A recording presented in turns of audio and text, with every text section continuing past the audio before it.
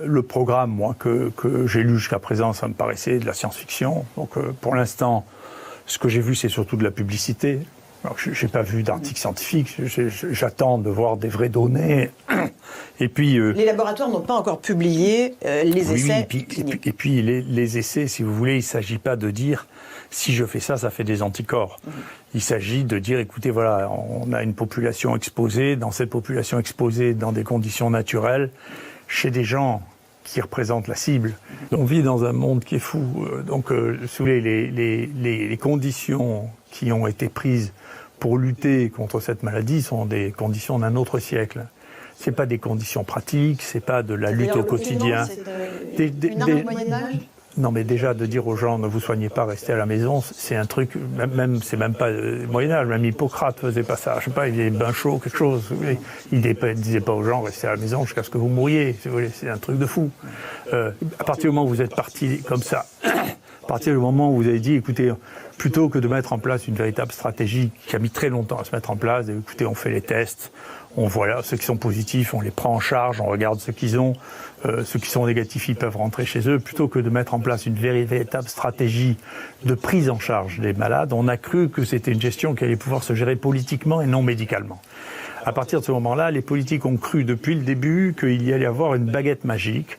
Cette baguette magique, leurs experts qui ont l'habitude depuis 20 ans de travailler avec l'industrie pharmaceutique ont cru que ça allait venir de l'industrie pharmaceutique qui allait trouver une baguette magique. Le vaccin ? Non, d'abord le remdesivir. D'abord, oui. Okay. Le remdesivir, souvenez-vous qu'ils sont encore fait rouler à la farine il y a quelques jours en achetant pour 2 milliards de vaccins d'un médicament dont moi je dis depuis mars que ça marche pas. On va y revenir dans un instant. Mais maintenant, juste sur les vaccins. Non mais encore une fois c'est la même chose, c'est maintenant. Il n'y a plus cette baguette magique, donc la nouvelle baguette magique, ça ne va pas être de lutter, de faire le métier. Ça, pour résoudre les combats, il faut se battre à la vietnamienne. Là, vous voyez, il ne faut pas se battre comme Napoléon III. Vous voyez, on a une défaite et tout s'écroule. Vous voyez, c'est comme les Vietnamiens, on gagne maison par maison, patient par patient. Vous voyez, c'est comme ça qu'il faut se battre. C'est la guérilla qu'il faut faire. Pour l'instant, je n'ai pas beaucoup de respect pour la stratégie qui a été mise en place. Donc, je peux vous dire que franchement, j'ai mes amis africains, dont un des collègues a osé porter des paroles insultantes, qui sont la plus grande star, moi, que je connais au monde de lutte contre les épidémies, c'est Muyembe. Personne n'a ça à son tableau, maîtriser 3 ou 4 épidémies d'Ebola, des épidémies de choléra. Et il a dit quoi ? Lui, il a dit, écoutez, nous, on n'a pas d'état d'âme, on sait bien que la chloroquine, ça n'a jamais tué personne, on teste les gens.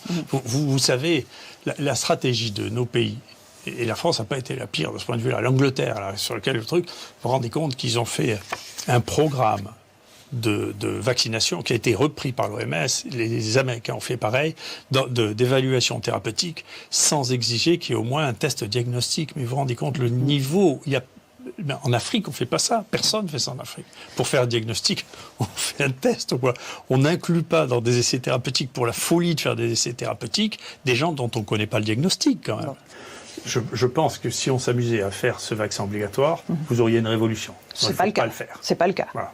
Heureusement, je pense que c'est le président Macron qui a arrêté ça. Donc il ne faut pas le faire. Il ne faut pas le faire parce que là, on aurait une révolution. C'est quelque chose dont on ne sait pas si c'est dangereux, on ne sait pas si ça marche, et on rend ça obligatoire. Alors ça, c'est vraiment de la folie.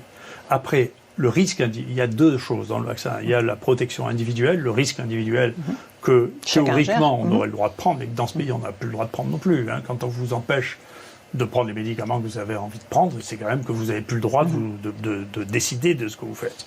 Mais moi, je suis libéral de ce point de vue-là. Si vous décidez pour vous traiter ou pour vous prévenir de prendre ce vaccin, vous le faites. Ça, c'est différent d'une politique d'État.